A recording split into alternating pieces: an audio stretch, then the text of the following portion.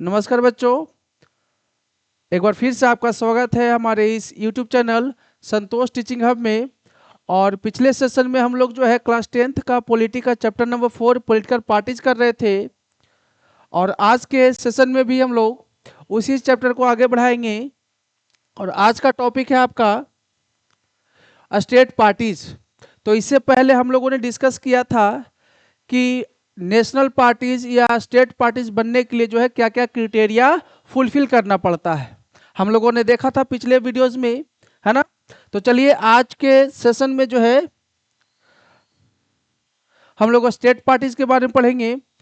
बोला जा रहा है other than these 7 parties most of the major parties of the country are classified by the election commission as a state parties, है ना।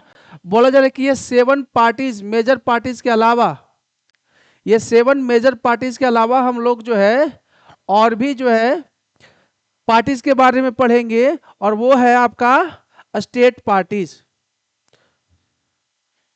है ना। वो है आपका स्टेट पार्टीज। तो 7 मेजर पार्टीज के अलावा बोला जा रहा है कि और भी जो है जो पार्टियां होती हैं, वो जो हम लोग 7 मेजर पार्टीज पढ़ा था हम लोगों ने, वो पढ़ा था नेशनल पार्टीज के बारे में। अब हम लोग जो है स्टेट पार्टीज के बारे में पढ़ रहे हैं। तो 7 पार्टीज के अलावा जो है बोला जा रहा है major parties of the country are classified by the election commission as a state parties. उसके अलावा जो पॉलिटिकल पार्टीज है वो इलेक्शन कमीशन के द्वारा जो है कैसे क्लासिफाइड किया गया है, कैसे रिकॉग्नाइज किया गया है, तो वो है स्टेट पार्टीज के रूप में। मतलब नेशनल पार्टीज के अलावा जो है इलेक्शन कमीशन के द्वारा जो है कुछ पार्टियों को जो है क्या किया गया है, रिकॉग्नाइज किया गया है, उसको क्लासिफाइड किया गया है और उसे किया गया है स्टेट पार्टीज के रूप में। These are commonly refer to as regional parties. अब समझिएगा कि ये स्टेट पार्टीज को और किस नाम से जाना जाता है, रीजनल पार्टी के नाम से भी लोग बुलाते हैं, है ना। स्टेट पार्टीज को रीजनल पार्टी के नाम से भी जाना जाता है। Yet this parties did not be regional in their ideology और आउटलुक। बोला जा रहा है कि ये पार्टियां, मतलब स्टेट पार्टीज के बारे में बोला जा रहा है कि स्टेट पार्टियां ऐसा नहीं चाहती कि बस वो सीमित एक स्टेट तक रह जाए या वो एक रीजन तक जो है सीमित रह जाए। वो भी चाहते हैं क्या कि वो पार्टी भी जो है एक नेशनल लेवल पे जो है वो पार्टी बने, वो नेशनल पार्टी बने, वो अपने आइडियोलॉजी को बढ़ाना चाहते हैं, लेकिन अभी तक जो है वो क्या है, स्टेट पार्टीज के रूप में है। Some of these parties are all India parties that happen to have succeeded only in say some states। देखिएगा बोला जाए कि कुछ ऐसी पार्टियां हैं जो ऑल इंडिया पार्टीज के लेवल का है, मतलब पूरे इंडिया लेवल पे जो है उसका यूनिट्स है, उसका जो ऑर्गेनाइजेशन है, उसके लीडर्स है, उसके एक्टिव मेंबर्स है। लेकिन कुछ ही स्टेट्स में बोला जा रहा है कि कुछ ही स्टेट्स में वो पार्टी क्या हुई है, सक्सेसफुल हुई है। जैसे मैं आपको एग्जांपल के रूप में देगा समाजवादी पार्टी, है ना। समाजवादी पार्टी ये जो है मेनली रूप से जो है ये यूपी की पार्टी है। समाजवादी पार्टी मेनली रूप से उत्तर प्रदेश की जो है पार्टी है। राष्ट्रीय जनता दल जो है ये मेनली रूप से बिहार की पॉलिटिकल पार्टी है। अब समझिएगा ये दोनों पॉलिटिकल पार्टीज के बारे में, ये दोनों स्टेट पार्टीज के बारे में यह बोला जा रहा है कि ऐसा नहीं है कि ये सिर्फ जो है स्टेट लेवल तक ये सीमित है। बोला जा रहा है कि इसका यूनिट्स, इसका ऑर्गेनाइजेशन, इसके लीडर्स, इसके एक्टिव मेंबर्स जो है ना ऑल ओवर इंडिया है। लेकिन सक्सेसफुल जो है, पॉपुलर उतना नहीं हुआ है। इसके कारण जो है बोला जा रहा है कि सक्सेसफुल जो है कुछ ही स्टेट्स में ये हो पाए हैं। जैसे आरजेडी, राष्ट्रीय जनता दल, ये बिहार में सक्सेसफुल है। समाजवादी पार्टी कहां सक्सेसफुल हुआ है, आपका उत्तर प्रदेश में। तो इसका मतलब ये नहीं कि इसका यूनिट्स और जो है आपका दूसरे स्टेट्स में नहीं है, इसके ऑर्गेनाइजेशन दूसरे स्टेट्स में नहीं है, बिल्कुल है। लेकिन वो सक्सेसफुल जो है दूसरे स्टेट्स में नहीं हो पाए हैं, वो सक्सेस नहीं कर पाए हैं। सक्सेस कुछ ही स्टेट्स में वो कर पाए हैं। वही बोला जा रहा है RJD have national level political organization with units in several states। देखिए इसका बोला जा रहा है ये दो जो पार्टीज है, स्टेट पार्टीज का जो नाम दिया है आपका समाजवादी पार्टी और राष्ट्रीय जनता दल, ये दो पार्टियों के बारे में बोला जा रहा है कि इसका ऑर्गेनाइजेशन, इसके संस्था जो है पूरे इंडिया लेवल पे है ना। इसका जो पॉलिटिकल ऑर्गेनाइजेशन है पूरे इंडिया लेवल पे है, लेकिन क्या है, सक्सेसफुल के मामले में ये सक्सेस कर पाया है कहां, तो कुछ ही स्टेट्स में ये सक्सेस जो है कर पाया है। इसका ऑर्गेनाइजेशन लगभग स्टेट्स में है, ऑल ओवर इंडिया है, इनके लीडर्स जो है ऑल ओवर इंडिया है, इनके मेंबर्स जो है ऑल ओवर इंडिया है, लेकिन ये सक्सेस जो है नहीं कर पाई है। ये इसलिए जो है स्टेट पार्टी के अंडर जो है रह गया है। Some of this parties like Biju Janata Dal, Sikkim Democratic Front, Mizo National Front and Telangana Rashtra Samiti are conscious about their state identity. अब देखिए कुछ पार्टियां जो हैं, जैसे एग्जांपल दे रहा है Biju Janata Dal, Sikkim Democratic Front, Mizo National front, Telangana Rashtra समिति, ये कुछ पॉलिटिकल पार्टी जो है वो सिर्फ अपने स्टेट्स लेवल पे जो है वो चिंतित हैं कि वो हम अपने स्टेट्स में कैसे जो है परफॉर्मेंस सही कर सकते हैं। एक पार्टी ऐसा है, स्टेट पार्टी ही है, राष्ट्रीय जनता दल और समाजवादी पार्टी स्टेट पार्टी ही है, लेकिन वो चाहती है कि अपने ऑर्गेनाइजेशन को जो है ना और मजबूत करे, वो पॉलिटिकल पार्टी जो है नेशनल लेवल तक जो है वो सक्सेस कर पाए। लेकिन कुछ पॉलिटिकल पार्टी जो है सीमित जो है रीजन तक ही रहना चाहते हैं। जैसे नाम है मिजो नेशनल फ्रंट, कहां सीमित रहेगा ये, मिजोरम तक। जैसे में एक और है आपका जेएमएम, झारखंड मुक्ति मोर्चा, नाम में ही है, कहां, झारखंड, तो झारखंड तक ही ये सीमित है। मतलब वो अपने पार्टी को और जो है फैलाना, एक्सपेंड नहीं करना चाह रही है, वो झारखंड तक ही जो है लिमिट है। मिजो नेशनल फ्रंट कहां, मिजोरम में ही वो चाहती है कि बस अपना जो है कॉन्शस या स्टेट आइडेंटिटी जो है अपने स्टेट लेवल तक ही वो पहचान बनाए। साथ में बोला जा रहा है सिक्किम डेमोक्रेटिक फ्रंट, ये पार्टी जो है सिक्किम डेमोक्रेटिक फ्रंट कहां चाहेगी, वो अपने स्टेट्स में ही चाहती है कि अपने पहचान, अपने पार्टी को मजबूत करे। वो ये पार्टियां जो है ऑल ओवर इंडिया लेवल पे जो है वो नहीं चाह रही है, वो अपने जो है पहचान जो है स्टेट्स में बनाना चाहती है। लेकिन कुछ पार्टियां ऐसी हैं जो नेशनल लेवल पे अपनी पहचान बनाना चाहती है, वो नेशनल पार्टी बनना चाहती है, उनका ऑर्गेनाइजेशन जो है पूरे ऑल ओवर इंडिया है।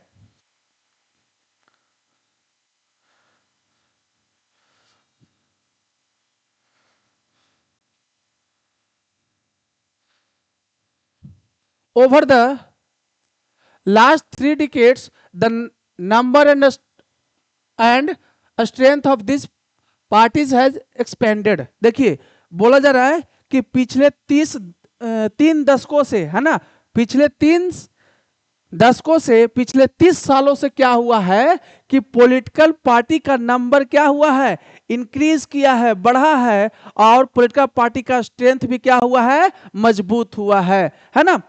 This made the parliament of India politically more and more diverse. और बोला जा रहा है कि जब पॉलिटिकल पार्टी का नंबर जो है क्या हो रहा है, बढ़ा है, साथ में ये पार्टियां जो है स्टेट पार्टी जो है वो एक्सपेंड भी हुई है, अपना जो है नंबर्स उसका बढ़ते जा रहा है, इंक्रीज होते जा रहा है। तो बोला जा रहा है इसके कारण पार्लियामेंट जो है, ये पार्लियामेंट को क्या किया है, डाइवर्स बना दिया है। मतलब पार्लियामेंट को क्या किया है, डाइवर्स बना दिया है। कैसे डाइवर्स बना दिया है आगे देखिएगा।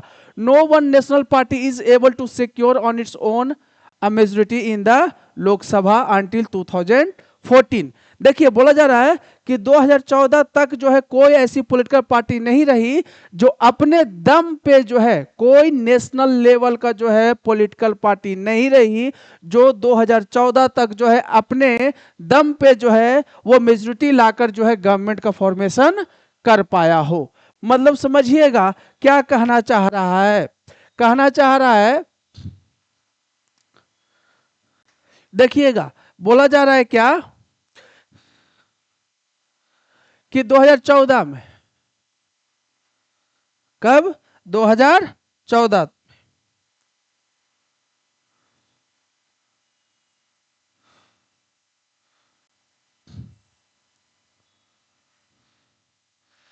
दो हजार चौदह तक बोला जाए कि 2014 तक क्या हुआ कि कोई भी पॉलिटिकल पार्टी जो है मेजोरिटी नहीं ला पाई। 2014 तक, कब से कब तक समझिएगा। लास्ट जो है कोई political party, national political party जो है, नेशनल पार्टी जो है आपका लास्ट जो है 1984 में कांग्रेस ने, आईएनसी ने मेजोरिटी लाई थी। कब? 1984 में 403 सीट लेकर आई थी, 403 सीट लोकसभा का इलेक्शन में। अब 1984 के बाद बोला जा रहा है कि कोई भी ऐसी पॉलिटिकल पार्टी जो है नहीं रही जो मेजोरिटी लेकर आई हो और अपने दम पर जो है वो सरकार बना पाई हो। 2014 में ऐसा पहली बार हुआ कि कोई नेशनल पार्टी जो है फुल मेजोरिटी के साथ आती है और गवर्नमेंट का फॉर्मेशन करती है। अब देखिए ये 1984 से आपका 2014 तक क्या हुआ कि जितने भी लोकसभा के इलेक्शन हुए कोई भी पॉलिटिकल पार्टी जो है सरकार नहीं बना पाई अपने दम पर, है ना। कोई भी पॉलिटिकल पार्टी जो है वो मेजोरिटी नहीं ला पाई जिससे वो गवर्नमेंट का फॉर्मेशन खुद कर सकती है। वो सिंगल पार्टी ऐसा कोई नहीं रहा। तो क्या होगा भाई? डाइवर्स इसीलिए तो बोला जा रहा है। अब देखिए 1984 हो गया, 1984 के बाद 1989, है ना। जब 1989 का इलेक्शन जब हुआ, 5 साल बाद इलेक्शन होता है, जब 1989 का इलेक्शन जब हुआ तो उसमें क्या होगा कि कोई भी नेशनल पार्टी मेजोरिटी में नहीं आई। अब मेजोरिटी में नहीं आया तो सरकार तो नहीं बनेगा। अब सरकार नहीं बनेगा तो कैसी सरकार बनेगी? कोई मेजोरिटी में अगर नहीं आई है पॉलिटिकल पार्टी तो अलायंस वाली जो है, अलायंस वाली पॉलिटिकल पार्टी वो बनेगी। समझिएगा, अलायंस वाली जो है वो गवर्नमेंट का फॉर्मेशन किया जाएगा, अलायंस बनेगा, अलायंस बनेगा, गठबंधन वाली सरकार बनेगी, मतलब कोलिजन गवर्नमेंट बनेगा, कोलिजन गवर्नमेंट बनेगा, बनेगा ना, कोलिजन गवर्नमेंट बनेगा।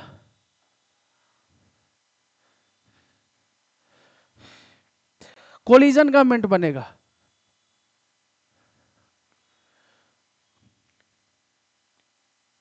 कोलिजन गवर्नमेंट बनेगा। अब कोलिजन गवर्नमेंट या अलायंस जो है गवर्नमेंट क्या होगा कि छोटी छोटी पार्टियां जो स्टेट पार्टी है, जो स्टेट पार्टी है आपका, वो नेशनल पार्टी के साथ जो है क्या करेगा? अलायंस करेगा, कोलिजन गवर्नमेंट बनाएगा। ये स्टेट पार्टी जो है नेशनल पार्टी के साथ क्या करेगा? अलायंस करेगा, गठबंधन वाली सरकार बनाएगा। अब इसीलिए बोला जा रहा है कि 2014 तक जो है ये स्टेट पार्टीज जो है लोकसभा के इलेक्शंस को और क्या कर दिया? डाइवर्स कर दिया, विविध बना दिया। क्यों? क्योंकि ये देखिए हर स्टेट से जो है ना लगभग, आगे मिलेगा कि हर स्टेट से लगभग हर पार्टी को यह मौका मिला है कि वो सेंट्रल गवर्नमेंट का पार्ट बने। मतलब केंद्र में जो सरकार बन रही है उसका वो पार्ट बन रहा है। कभी सपना भी नहीं देखा होगा कि हम जो है सेंट्रल गवर्नमेंट का पार्ट होंगे। वो स्टेट पार्टी है, लेकिन नेशनल पार्टी को जो है मेजोरिटी नहीं आई। अब सरकार तो बनाना है, तो उसके लिए कैसा जो है गवर्नमेंट फॉर्म होगा? अलायंस वाला होगा, कोलिजन गवर्नमेंट होगा। अब कोलिजन गवर्नमेंट के लिए क्या, ये स्टेट पार्टी से जो है नेशनल पार्टियां क्या करेगी? हेल्प लेगी, है ना। तो इसलिए बोला गया कि लोकसभा के इलेक्शंस को और क्या बना दिया? डाइवर्स बना दिया। समझ में आ गया होगा आप लोग को। No one national party is able to secure on its own a majority in the Lok Sabha until 2014। वही बोला जाए कि कोई भी पॉलिटिकल पार्टी जो है अपने दम पे जो है मेजोरिटी नहीं ले पाई, नहीं लेकर आई। कब तक? 2014 तक। लास्ट में कब हुआ था? 1984 में हुआ था, जब इंडियन नेशनल कांग्रेस ने 400 का आंकड़ा पार कर गया था। As a result the national parties are compelled to form alliances with state parties. वही बोला जा रहा है, इसका रिजल्ट यह हुआ कि अगर कोई पॉलिटिकल पार्टी जो है मेजोरिटी लेकर नहीं आई, गवर्नमेंट का फॉर्मेशन वो नहीं कर सकती थी, इसलिए बोला जा रहा है कि नेशनल पार्टी क्या हो गए, कंपेल्ड हो गए, मजबूर हो गया कि वो स्टेट पार्टी से जो है अलायंस करे।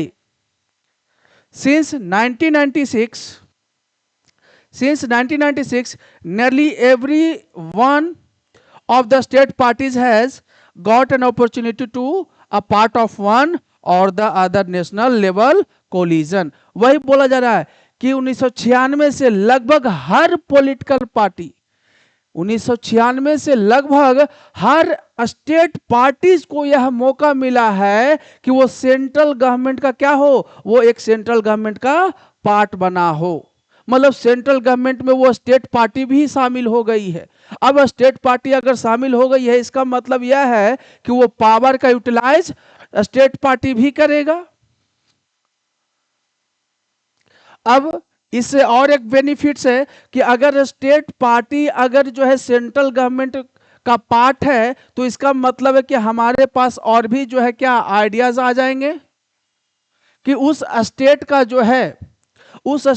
जो है क्या प्रॉब्लम्स है, क्या समस्या है, उसका भी व्यूज आ जाएगा, उसका भी आइडियाज वहां पे सेंटर के पास जाएगा। This has contributed to the strengthening of federalism and democracy in our country. अब इसका नतीजा यह बोला जा रहा है कि ये जो स्टेट पार्टी जो है सेंट्रल गवर्नमेंट बनाने में जो है, यूनियन गवर्नमेंट का फॉर्मेशन होने में ये जो पार्ट, ये अपना रोल जो प्ले कर रहे हैं, इससे क्या हो गया कि फेडरलिज्म क्या है, फेडरलिज्म भी स्ट्रेंथन हो रहा है। फेडरलिज्म क्या हो रहा है, मजबूत हो रहा है। फेडरलिज्म का मतलब हम लोगों ने पढ़ा था कि डिवीजन ऑफ पावर है ना, शेयरिंग ऑफ पावर, मतलब पावर को क्या किया जा रहा है, डिवाइड किया जा रहा है। पावर को क्या किया जा रहा है, शेयर किया जा रहा है। कैसे शेयर हुआ, नेशनल पार्टी जो है पावर यूटिलाइज करती वो सेंट्रल गवर्नमेंट में। अब जो है चूंकि उसके पास मेजोरिटी नहीं है, वो जो है अलायंस करके जो है आपका स्टेट पार्टी के साथ जो है गवर्नमेंट बना रहा है। तो उस कंडीशन में क्या हुआ, अब स्टेट पार्टी भी जो है पावर को यूटिलाइज करेगा। तो मतलब सेंट्रल गवर्नमेंट से पावर जो है किसको शेयर किया गया, स्टेट पार्टी को किया गया, है ना। नेशनल पार्टी से पावर कहा गया, स्टेट पार्टी के पास भी गया। तो इसलिए बोला जा रहा है कि वो फेडरलिज्म को क्या कर रहा है, स्ट्रेंथन कर रहा है, फेडरलिज्म को और मजबूत बना रहा है, मतलब पावर शेयरिंग हो रहा है। और डेमोक्रेसी भी को भी क्या कर रहा है, ये स्ट्रेंथन कर रहा है, लोकतंत्र को और क्या कर रहा है, मजबूत कर रहा है। अब देखिएगा इस पेज में जो है आपका देखिएगा कि स्टेट पार्टीज का जो है नाम दिया हुआ है कि कौन सी स्टेट पार्टी जो है किस स्टेट्स में है। जैसे बिहार में देखिए लोक जनशक्ति पार्टी जेडीयू है, राष्ट्रीय जनता दल है, राष्ट्रीय लोक समता पार्टी है। उत्तर प्रदेश में देखिए राष्ट्रीय लोक दल है, समाजवादी पार्टी है। तो ऐसे करके जो है पूरे स्टेट्स के बारे में जो है दिया हुआ कि कौन सा स्टेट्स में जो है कौन सी स्टेट पार्टीज वहां पे हैं। चलिए इसको देख लीजिएगा एक बार। अब आइए चैलेंजेस टू पॉलिटिकल पार्टीज। बोला जा रहा है कि पॉलिटिकल पार्टीज में है ना क्या चैलेंजेस है, चैलेंजेस टू पॉलिटिकल पार्टीज, इसको देखते हैं हम लोग। We have seen how crucial political party are for the working of the democracy। बोला जाए कि हम लोगों ने देखा है कि कैसे जो है डेमोक्रेसी में पॉलिटिकल पार्टी जो है वर्क करती है और कितना इंपॉर्टेंस वो रखती है, क्या क्यों जो है पॉलिटिकल पार्टी जो है डेमोक्रेसी में इंपॉर्टेंस होता है। हम लोगों ने पढ़ा था नेसेसिटी के बारे में। समझिएगा अगर ये पॉलिटिकल पार्टी नहीं रहता तो फंक्शंस कौन करता, फंक्शंस कौन परफॉर्म करता, हम लोगों ने फंक्शंस पढ़ा था। तो इसीलिए बोला जा रहा है कि हम लोगों ने देखा है कि पॉलिटिकल पार्टीज का वर्किंग कैसे होता है, फंक्शनिंग कैसे होता है और वो कितना क्रूशियल है, कितना इंपॉर्टेंट है। Since parties are the most visible face of the democracy, it is natural that people blame parties for whatever is wrong with the working of a democracy। हम लोगों ने देखा है क्या कि डेमोक्रेसी में पॉलिटिकल पार्टीज क्या है, विजुअल फेस है। हम लोगों ने पहले भी पढ़ा है स्टार्टिंग में ही कि पॉलिटिकल पार्टी जो है वो विजुअल फेस है, विजुअल इंस्टीट्यूशन है। लोग जो है कॉन्स्टिट्यूशन के बारे में उनको जानकारी नहीं है, लेकिन पॉलिटिकल पार्टीज के बारे में जानकारी रखते हैं, उनको जानकारी है ना। डेमोक्रेसी के बारे में पूछिएगा तो उनको जानकारी नहीं है, लेकिन पॉलिटिकल पार्टीज के बारे में वो जानते हैं। मतलब पॉलिटिकल पार्टी से वो लिंक्ड होते हैं, इंटरकनेक्टेड है। तो इसलिए बोला जा रहा है कि हम लोगों ने देखा है कि पॉलिटिकल पार्टी जो है क्या है, मोस्ट विजिबल जो है फेस है डेमोक्रेसी का।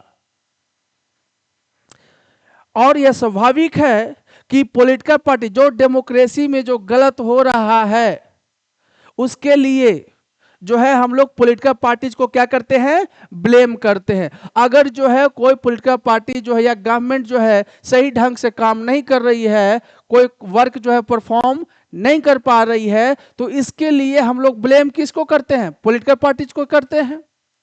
हम लोग बोलते हैं कि इस एरिया का डेवलपमेंट नहीं हुआ। अब डेवलपमेंट नहीं हुआ किसके कारण नहीं हुआ भाई, तो पॉलिटिकल पार्टी ने ध्यान नहीं दिया, इसलिए इस एरिया का डेवलपमेंट नहीं हो पाया। All over the world, people have expressed a strong dissatisfaction with the failure of political parties to perform their functions well. बोला जाए कि पूरे वर्ल्ड में लोग जो है डिससेटिस्फैक्शन एक्सप्रेस करते हैं, मतलब नाखुश है, नाराज है। और वो नाराजगी का कारण क्या है, पॉलिटिकल पार्टीज है। क्यों, क्योंकि ये पॉलिटिकल पार्टीज अपना फंक्शन सही से परफॉर्म नहीं करते हैं, मतलब अपना काम उन्होंने सही से ढंग से नहीं किया है। इसके लिए जो है लोग जो है ब्लेम किसको करते हैं, इसके लिए जो है लोग ब्लेम करते हैं पॉलिटिकल पार्टीज को। This is the case in our country too. बोला जाए कि यही केस अपने कंट्री में भी है, अपने देश में भी है ना। Popular dissatisfaction and criticism has focused on 4 problems area in the working of political parties. बोला जा रहा है कि 4 जो है मेन प्रॉब्लम्स बता रहा है, 4 चैलेंजेस के बारे में बताएगा, है ना, कि पॉलिटिकल पार्टीज में क्या चैलेंजेस है, क्या जो है कमियां हैं, उसको दूर करना होगा। Political parties need to face and overcome. बोला जाए कि पॉलिटिकल पार्टीज को फेस करना होगा, क्या फेस करना होगा, चैलेंज को फेस करना होगा, साथ में ओवरकम करना होगा चैलेंजेस को, है ना। मतलब पॉलिटिकल पार्टी को चैलेंज को फेस करना होगा और ओवरकम भी करना होगा in order to remain effective instruments of democracy. बोला जा रहा है कि डेमोक्रेसी का इफेक्टिव इंस्ट्रूमेंट्स बनने के लिए, होने के लिए जो है पॉलिटिकल पार्टीज को जो चैलेंजेस है, पॉलिटिकल पार्टीज का जो चैलेंजेस है उसको क्या करना होगा, फेस करना होगा और उसको खत्म भी करना होगा, ओवरकम। जो चैलेंजेस है उसको क्या करना है, फेस भी करना है, और वो सारे प्रॉब्लम्स को जो है क्या करना है, खत्म भी करना पड़ेगा। अब क्या चैलेंज है वो देखते हैं एक करके। The first challenge is lack of internal democracy. पहला चैलेंज यही है कि पॉलिटिकल पार्टीज के अंदर जो है इंटरनल डेमोक्रेसी का क्या है, लैकिंग है। मतलब खुद उस पॉलिटिकल पार्टी में जो है डेमोक्रेसी नहीं है। मतलब जो पॉलिटिकल पार्टी है उस पॉलिटिकल पार्टी के अंदर ही जो है डेमोक्रेसी नहीं है। कैसे नहीं है भाई, वो देखते हैं। All over the world there is a tendency in popular parties, political parties towards the concentration of power in one or few leaders at the top. देखिए वो इस आधार पे बोला जा रहा है कि इंटरनल डेमोक्रेसी की क्या है, लैकिंग है, कमी है। बोला जा रहा है कि पॉलिटिकल पार्टी जो है ना, पॉलिटिकल पार्टी के जो टॉप लीडर्स होते हैं, सारा पावर का यूटिलाइजेशन वही पॉलिटिकल पार्टी का लीडर करता है। मतलब किसी पॉलिटिकल पार्टी का जो लीडर है, टॉप लीडर है ना, मानते हैं किसी पॉलिटिकल पार्टी का टॉप लीडर ए है और भी नीचे बहुत सारे लोग हैं, है ना, और भी बहुत सारे नीचे लोग हैं, लेकिन समझिएगा बहुत सारे लोग हैं, लेकिन पावर का यूटिलाइज जो है टॉप लीडर करता है। इसलिए बोला गया कि इंटरनल डेमोक्रेसी की क्या है, कमी है।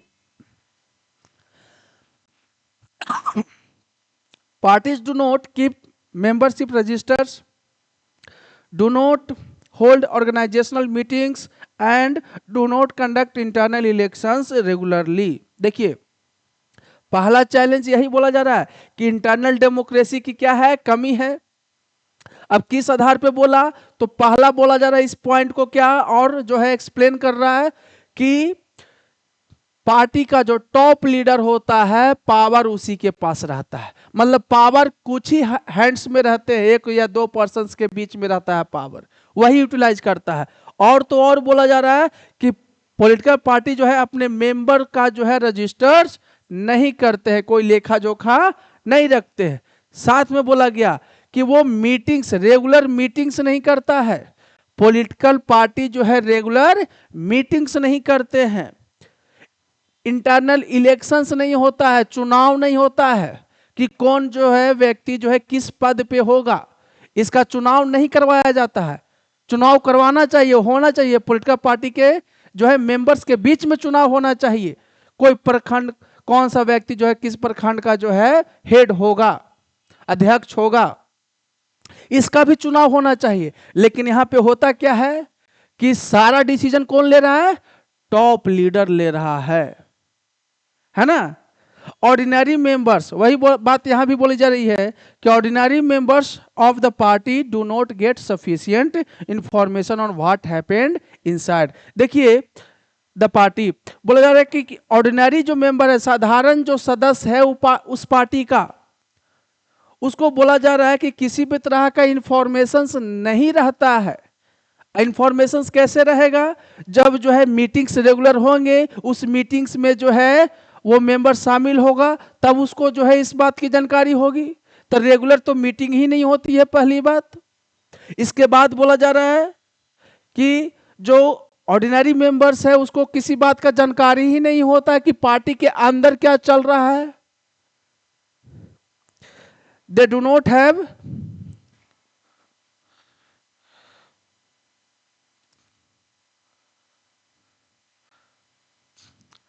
they do not have the means or the connections needed to influence the decisions. As a result, the leaders assume greater power to make decisions in the name of the party. अब देखिए, बोला जा रहा है कि they do not have the means or the connection needed to influence the decisions.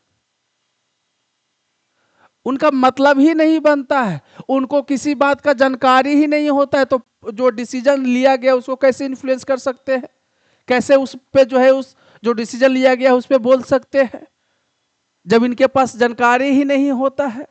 तो इसीलिए बोला जा रहा है कि ज्यादा पावर जो है वो टॉप लीडर्स के पास होता है और वो पार्टी के नाम पे जो है डिसीजन लेते हैं। सिंस वन और few leaders exercise paramount power in the party, बोला जा रहा है कि उस पॉलिटिकल पार्टी का कुछ ही मेंबर जो है, कुछ ही लीडर्स जो है, मेंबर नहीं, कुछ ही लीडर्स जो है पारामाउंट मतलब ह्यूज पावर को, बहुत पावर को, ज्यादा से ज्यादा पावर को क्या करता है, वो लीडर्स उस पावर को यूटिलाइज करता है। ऑर्डिनरी मेंबर्स को पावर नहीं रहता है। तो सारा वही बात क्लियर हो गई कि पावर जो है पॉलिटिकल पार्टीज के कुछ ही हैंड में रहते हैं और कुछ हैंड में होने के कारण जो है उसका जो मेंबर होगा उसके पास कोई जानकारी नहीं होता है, किसी तरह का कुछ इंफॉर्मेशंस नहीं होता है, तो वो पावर का जो है कहां से यूटिलाइज करेगा, लीडरशिप के साथ। अपने जो है लीडर का जो है डिसीजन लिया गया जो है उससे अगर डिसएग्री भी करता है तो इसको कोई जो है पावर तो है नहीं, डिसएग्री कीजिए जो है एग्री कीजिए, आपको बात क्या करना होगा, मानना होगा, क्योंकि जो है वो डिसीजन किसके द्वारा लिया गया है, पार्टी के टॉप लीडर्स के द्वारा लिया गया है।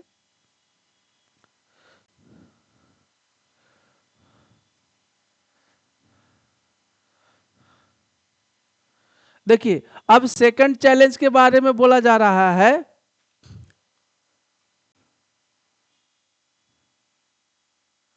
सेकंड चैलेंज के बारे में क्या बोला जा रहा है कि the second challenge of dynastic succession is related to the first one, since most political parties do not practice open and transparent procedures for their functioning.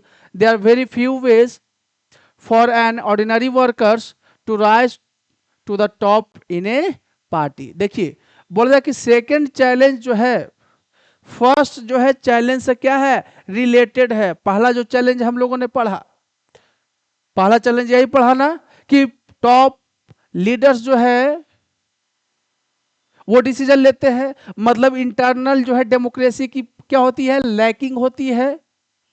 अब बोला जाए कि सेकंड चैलेंज जो है उसी से रिलेटेड है, मिलता जुलता है। क्यों? क्योंकि पॉलिटिकल पार्टीज के बारे में बोला जा रहा है कि वो ट्रांसपेरेंट और ट्रांसपेरेंट प्रोसीड्यूर्स को जो है और या फंक्शनिंग को नहीं निभाते हैं। ट्रांसपेरेंट जो है प्रोसीड्यूर नहीं होता है, साथ में फंक्शनिंग जो है और their functioning they are very few ways for an ordinary workers to rise in the top in a party. बोला जा रहा है कि एक तो जो है उसका जो है डिसीजन जो है क्या हो गया, पार्टी का टॉप लीडर ले लिया। दूसरा बात बोला जा रहा है कि दूसरा चैलेंज यह है कि वो फर्स्ट चैलेंज से क्या है रिलेटेड है। क्यों भाई? तो बोला जाए कि ट्रांसपेरेंट नहीं होता है, जो डिसीजंस लिया जाता है, जो आपका फंक्शनिंग है वो ट्रांसपेरेंट नहीं है, जो काम करने का तरीका है वो ट्रांसपेरेंट नहीं है, पारदर्शी नहीं है। क्यों भाई? तो बोला जा रहा है कि कुछ ही जो है लीडर्स ऐसे, कुछ ही मेंबर्स और कुछ ही वर्कर्स ऐसे हैं जो उस पार्टी में क्या करते हैं राइज करते हैं। मतलब अगर कोई वर्कर्स है तो जिंदगी भर क्या बन के रह जाता है, वर्कर्स ही बन के रहता है। ज्यादातर यही देखा गया है ना। मतलब वो पार्टी का जो है लीडर नहीं बन पाता है। कहने का अर्थ यह हुआ, अगर उस पार्टी का वो वर्कर है तो वो वर्कर जो है अपनी जिंदगी बिता देता है और वो पार्टी का जो है एक लीडर नहीं बन पाता है, वो वर्कर्स ही रह जाता है। मतलब उस पॉलिटिकल पार्टी के अंतर्गत उसका राइज जो है नहीं हो पाता है। Those who happen to be the leaders are in the position of unfair advantage to favour people close to them और इवन देयर फैमिली मेंबर्स। अब देखिए साथ में यह भी बोला गया कि जो लीडर्स बनते हैं, वर्कर से जो लीडर्स बनते हैं वो अनफेयर एडवांटेज उनको मिलता है,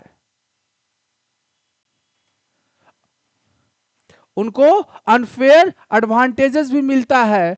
और साथ में बोला गया क्या,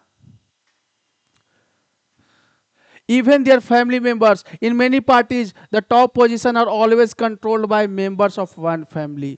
वही बात बोली जा रही है, अभी बताया था डायनेस्टिक से रिलेटेड है। ये जो चैलेंज है किससे रिलेटेड है, डायनेस्टिक से है। देखिएगा डायनेस्टिक,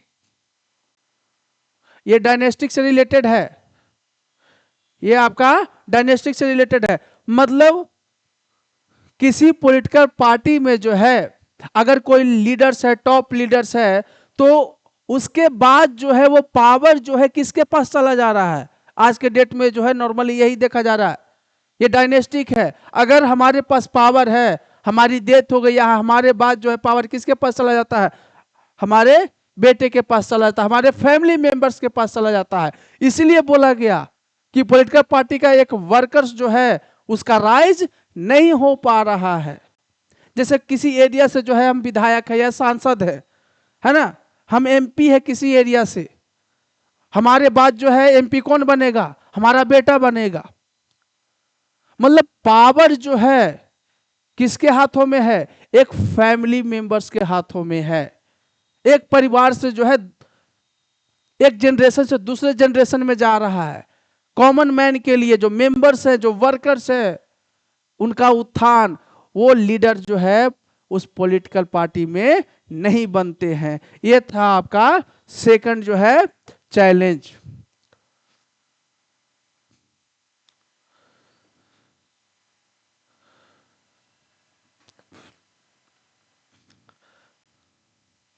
देखिए the top position are always controlled by members of one family. बोला जाए कि टॉप पोजीशन जो है वो एक फैमिली के मेंबर्स के द्वारा जो है कंट्रोल किया जाता है। This is unfair to other members of that party. बोला जाए कि ये गलत हो रहा है, ये गलत है। जो पॉलिटिकल पार्टी के जो दूसरे मेंबर है उनके साथ क्या हो रहा है, ये गलत हो रहा है। मतलब एक ही फैमिली का जो मेंबर्स है वही जो है पोजीशन को कंट्रोल कर रहा है, वही पावर को क्या कर रहा है, कंट्रोल कर पा रहा है। This is also bad for democracy. यह बोला जाए कि यह डेमोक्रेसी के लिए भी क्या है, एक बुरी चीज है। Since people who do not have adequate experience और popular support come to occupy positions of power, this tendency is present in some measures all over the world including some of the older democracies। देखिए बोला जा रहा है कि ये democracy के लिए क्या है, खतरनाक है, ये डेमोक्रेसी के लिए जो है अच्छा नहीं है।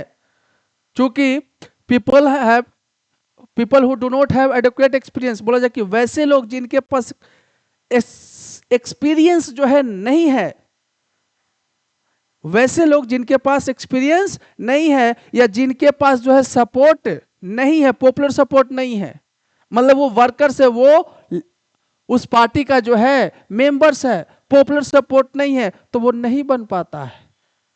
क्यों भाई, तो वो सारा पावर पोजीशन जो है एक फैमिली के मेंबर्स के द्वारा कंट्रोल किया जा रहा है। और ये कंडीशन बोला जा रहा है, ये टेंडेंसी बोला जा रहा है कि डेमोक्रेसी जो ओल्डर डेमोक्रेसी बोला जा रहा है कि जो कंट्री में बहुत पहले ये डेमोक्रेसी आई थी, उस देश में भी, उस कंट्री में भी, वहां भी जो है यही देखा जा रहा है, यही टेंडेंसी देखा जा रहा है कि एक फैमिली के द्वारा जो है पूरे पोजीशन को कंट्रोल किया जा रहा है, पूरा पावर यूटिलाइज कर पा रहा है। अब थर्ड है आपका, थर्ड चैलेंज है आपका क्या,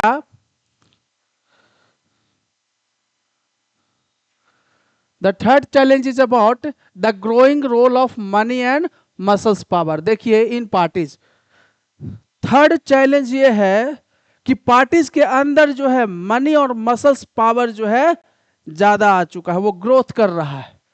अब मनी एंड मसल्स पावर का मतलब क्या हुआ कि पॉलिटिकल पार्टी को भी ऐसे लोग चाहिए, ऐसे नेता चाहिए, ऐसे लीडर चाहिए जो पार्टी के लिए क्या ला कर दे, पैसा ला कर दे। मतलब जिसके पास बहुत ज्यादा पैसा है वो जो है पॉलिटिकल पार्टी में जो है इंडल्ज हो जाता है, शामिल हो रहा है। जो है क्या है, मसल्स पावर है जिसके पास, मतलब जो गुंडा है, जो क्या है, बहुत बड़ा जो है अपराधी है, आज के डेट में वो भी जो है पॉलिटिकल पार्टी में शामिल हो जा रहा है। और ये जो है हमारे पॉलिटिकल पार्टीज के लिए क्या है, एक चैलेंज बन चुका है। ज्यादातर देखिएगा कि जितने भी एमपी बने हुए लगभग उसमें से मतलब 543 है ना, अभी 543 एमपी में से देखिएगा कि 30 से 40% जो एमपी हैं उनके ऊपर करप्शन, रेप, मर्डर का केसेस चल रहा है। तो वही बात यहां भी बोला जा रहा है कि थर्ड चैलेंज क्या है, ये जो मनी का पावर जो है, मनी पावर जो है वो इंक्रीज हो रहा है, ये जो मसल्स पावर है वो जो है ग्रोथ कर रहा है। ये हमारे लिए चैलेंज बन चुका है, स्पेशली ड्यूरिंग इलेक्शंस, और खास करके इलेक्शंस के दौरान। क्योंकि चुनाव लड़ने के लिए क्या चाहिए भाई, पैसा चाहिए। पैसा कौन लाएगा, ब्यूरोक्रेट्स लाएगा, और नहीं तो जिसके पास मसल्स पावर है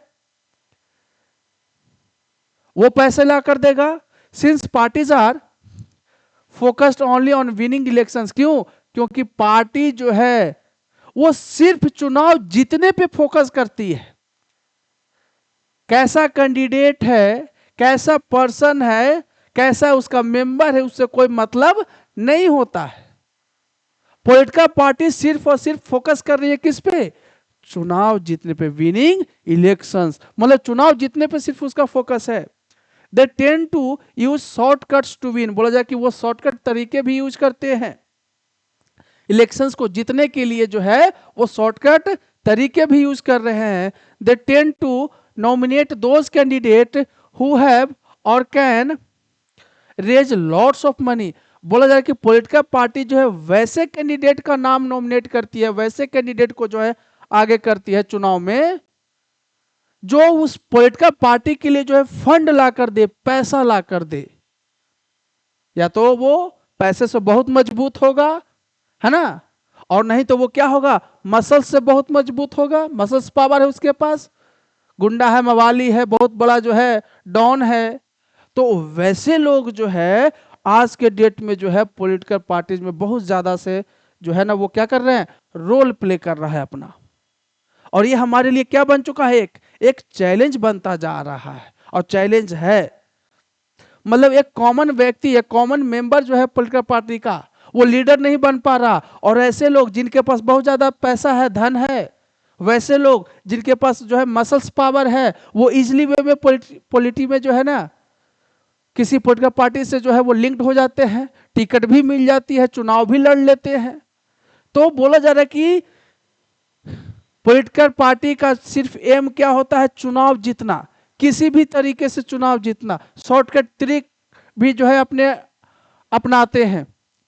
उनका मोटिव है कि किसी भी तरीके से जो है ना मनी को रेज करना, ज्यादा से ज्यादा पैसा जो है फंड जो है उस पार्टी को देना। तो ऐसे कैंडिडेट को जो है पॉलिटिकल पार्टी जो है अपना टिकट देती है, नॉमिनेट करती है। Rich people and companies who give funds to the parties tend to have influence on the policies and decisions of the party. वही बात बोली जा रही है कि जो अमीर व्यक्ति है जिसने, या कोई कंपनी है जिसने क्या किया है, फंड दिया है, कोई पॉलिटिकल पार्टी को क्या दिया है, फंड दिया है, पैसा दिया है। अब पैसा दिया है चुनाव लड़ने के लिए, तो अगर वो पॉलिटिकल पार्टी जो है चुनाव जीतती है तो क्या करेगा, वो चुनाव जीतने के बाद जो है वो डिसीजन को इन्फ्लुएंस करेगा। वो चाहेगा कि वो पार्टी जो है हमारे कंपनी के लिए काम करे, हमारे लिए काम करे, वो सरकार जो बनी है वो हमारे लिए काम करे। क्यों? क्योंकि हमने उसको क्या दिया है, पैसा दिया है, फंड जो है दिया है। In some cases party support criminals, बोला जाए कि बहुत सारे केसेस में ऐसा देखा गया है कि पॉलिटिकल पार्टी किसको सपोर्ट करती है, तो क्रिमिनल्स को। हमने दिया था डाटा अभी अभी देख लीजिए, करंट में जो आपके एमपी हैं 30 से 40% जो एमपी ऐसे निकल जाएंगे जिनके पास रेप, करप्शन, मर्डर्स का जो है चार्जेज है और अलग अलग धाराओं में है। ऐसे जो है 30 से 40% जो है आपको एमपी मिल जाएंगे। तो वही बात यहां भी बोली जा रही है कि पॉलिटिकल पार्टी ऐसे जो है क्रिमिनल्स को सपोर्ट करती है, ऐसे लोगों को सपोर्ट करती है जो क्रिमिनल्स है। और वो किस लिए सिर्फ करते हैं, ताकि वो इलेक्शंस क्या कर सके, इजिली वे में जीता जा सके। डेमोक्रेट्स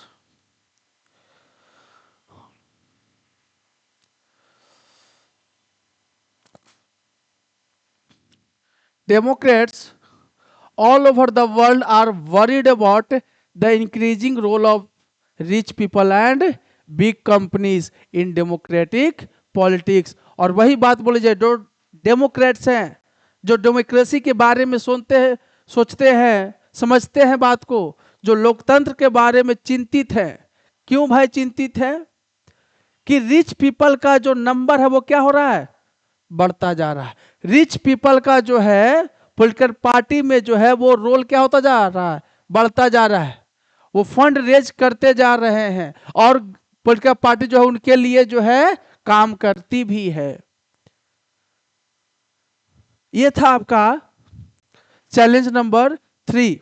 अब देखिए आपका नेक्स्ट चैलेंज है, आपका द फोर्थ चैलेंज है क्या, very often parties do not seem to offer a meaningful choice. बोला जा रहा है आज के डेट में जो है, आज के डेट में जो है आपका पॉलिटिकल पार्टी जो है आपका चॉइस नहीं दे पा रही है ना, विकल्प नहीं दे पा रही है, आपको चॉइस नहीं दे पा रही है। क्यों ऐसा बोला जा रहा है कि मीनिंगफुल चॉइस जो है ऑफर नहीं कर पा रहा है पॉलिटिकल पार्टी आज के डेट में, विकल्प ही नहीं दे पा रहा है। क्यों विकल्प नहीं दे रहा, ऑप्शन क्यों नहीं लोगों के पास, वो देखिएगा।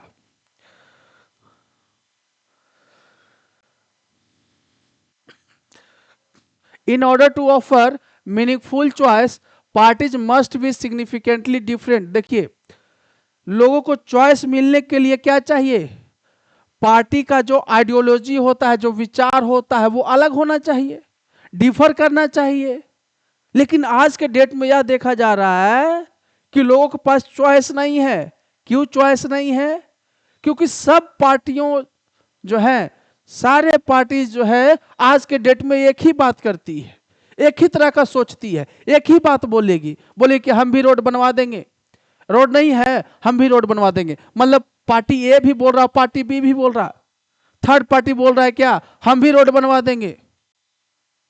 तो इसीलिए बोला जा रहा है कि आज के डेट में जो है मीनिंगफुल चॉइस जो है लोगों के पास नहीं है। क्यों? क्योंकि जो है जितनी भी पॉलिटिकल पार्टी है उन सब का जो है सोच, आइडियोलॉजी एक जैसा हो चुका है। In recent years there has been a decline in the ideological differences among parties in most parts of the world. वही बोला जा रहा है कि हाल के सालों में क्या है कि आइडियोलॉजिकल डिफरेंस, ये जो विचारों का जो अंतर होता था, जो सोच का जो अंतर होता था, आज के डेट में देखा जा रहा है क्या हो गया है, वो डिक्लाइन किया है, कम गया है। दो पार्टी है, दोनों का सोचने का तरीका एक जैसा हो गया है, दोनों एक ही बात बोलेगा, है ना। तो इसलिए बोला जा रहा है कि आज के डेट में पिछले कुछ वर्षों में देखा गया है कि आइडियोलॉजिकल जो डिफरेंस होना चाहिए पॉलिटिकल पार्टी के बीच में, जो सोच में अंतर होना चाहिए था, वो सोच में अंतर अब जो है नहीं है पार्टियों के बीच में, पूरे वर्ल्ड की बात कर रहा है। फॉर एग्जाम्पल के बारे में बोला जा रहा है, फॉर एग्जाम्पल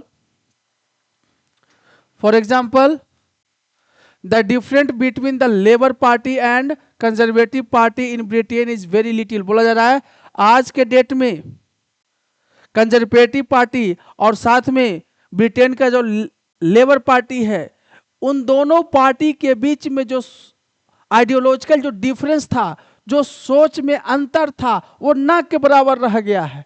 अब दोनों पार्टियां एक जैसा लगभग सोच रही है। अब एक जैसा सोचेगी तो लोगों के पास ऑप्शन रहेगा कि हम किस पार्टी को चुने। अरे अलग अलग पार्टी है भाई, अब डिफरेंट पार्टीज है तो सभी पार्टियों का सोचने का तरीका अलग होना चाहिए था। अब अलग अलग विचार करेगा, आइडियोलॉजी देगा, अपना जो है आइडियाज देगा, तब ना लोग जो है, लोगों के पास ऑप्शन आएगा कि नहीं ये पार्टी ये बात करती है, उसका विचार अलग है, ये पार्टी का विचार अलग है, लोगों के पास ऑप्शन होता। लेकिन आज के डेट में बोला जाए कि इंग्लैंड में जो है आपका, जो ब्रिटेन में है, ब्रिटेन में लेबर पार्टी और कंजर्वेटिव पार्टी के बीच में जो डिफरेंस होना चाहिए वो क्या हो चुका है, खत्म हो चुका है, ना के बराबर है। दे एग्री और on more fundamental aspects but differ only in details on how policies are to be framed and implemented. देखिए बोला जा रहा है क्या, दोनों के बीच में जो है ब्यौरा का जो है क्या हो चुका है, डिफरेंसेस है, और किसी चीज का जो है डिफरेंसेस नहीं है। नीतियां कैसे बनाई जाती है, पॉलिसी कैसे बनाई जाती है, कैसे लागू की जाती है, बस इसी का डिफरेंस है, और किसी का डिफरेंस उन दोनों पार्टियों के बीच में नहीं रह रहा है। अब नहीं है वो ऐसा विचार, वो ऐसा जो है डिफरेंस, वैसा अंतर अब नहीं है।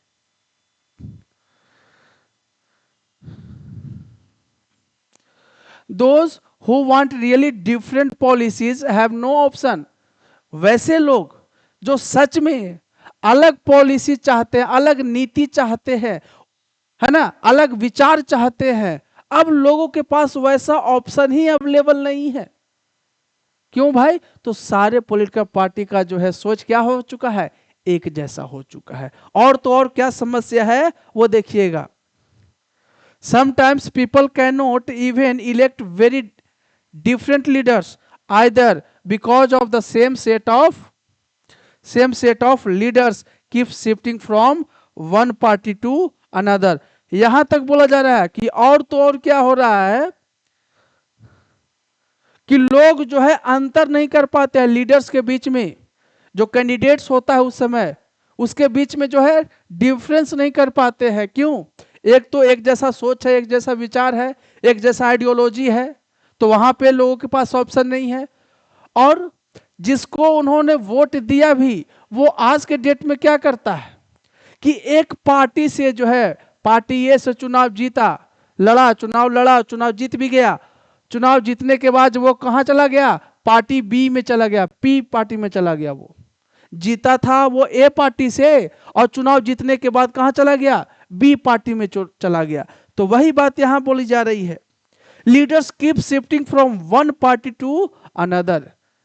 ये भी एक चैलेंज है कि हमने जो है कांग्रेस को सोचकर वोट दिया था, किस पार्टी में चला गया जीतकर, बीजेपी में चला गया। कहीं सुनने को मिलेगा कि हमने बीजेपी को, मोदी जी को देखकर जो है वोट दिया था, वो चला गया कहां, वो चला गया कांग्रेस में। तो ये जो है हमारे डेमोक्रेसी में, ये पॉलिटिकल पार्टीज के बीच में ये चैलेंज है ना।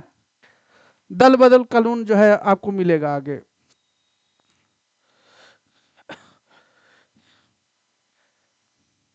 ये था challenges of the political parties. अब है आपके आगे how can parties B form reformed, उसमें कैसे जो है सुधार किए जा सकते हैं, है ना। तो इसको हम लोग जो है नेक्स्ट वीडियो में देखेंगे। और अगर आपको ये वीडियो पसंद आया हो, समझ में आ गया हो, तो ज़्यादा से ज़्यादा बच्चों तक शेयर करें, है ना, और चैनल्स को सब्सक्राइब करें। और बहुत जल्द हमने बोला था कि क्लास 10th का जो है सिविक्स का चैप्टर नंबर 1 जो है पावर शेयरिंग, उसका एमसीक्यू लेकर आएंगे। तो कल जो है आपके लिए मैं एमसीक्यू लेकर आ रहा हूं सिविक्स का चैप्टर नंबर 1। तो प्लीज़ आप इस चैनल को विजिट करें और ज़्यादा से ज़्यादा बच्चों तक शेयर करने की कोशिश करें। तब तक के लिए गुड नाइट।